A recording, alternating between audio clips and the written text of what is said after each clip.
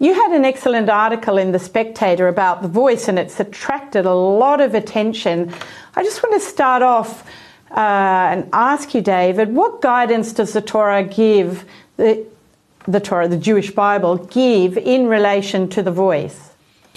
Rebecca, there's a fundamental belief that all people are created in the image of God. Now, whether you're religious or not, there's an important lesson to learn out from that, and that is to treat all people equally. So if you create, as is proposed by the voice, a racially based separation, a racially based division of the way citizens in this country interact with government, advising the parliament, advising the executive government, that is inconsistent with the fundamental principle of equality. And I've been told by learned Christians that the same principle applies in Christianity.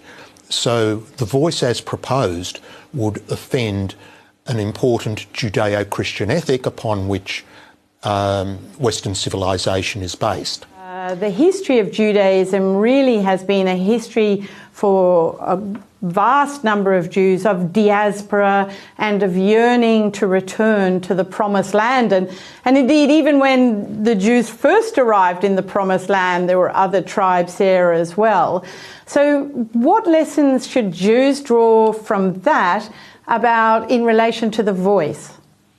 Well, the law of the land is the law.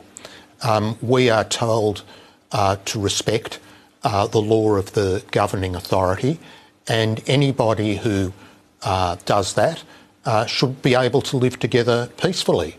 So we're all for coexistence, we're all for helping disadvantaged. It's part of the ethic of Judaism, but creating a large bureaucracy which is expensive, with consultants, with lawyers, with potential for corruption to take a lot of the resources, that is inconsistent with the way that we're told that an area should be managed. From ancient times, we have lived through all sorts of societies which have had divisions based on religion or race.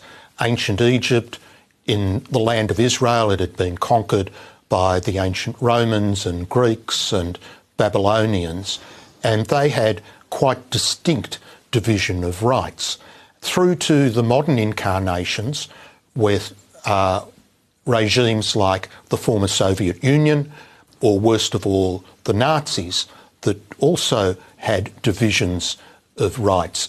Throughout entire history, there is not a single example of any that you would say are commendable. So the important lesson from history, from the Jewish experience, and I think it's got wide application, is that creating race-based division in a society has never been a positive.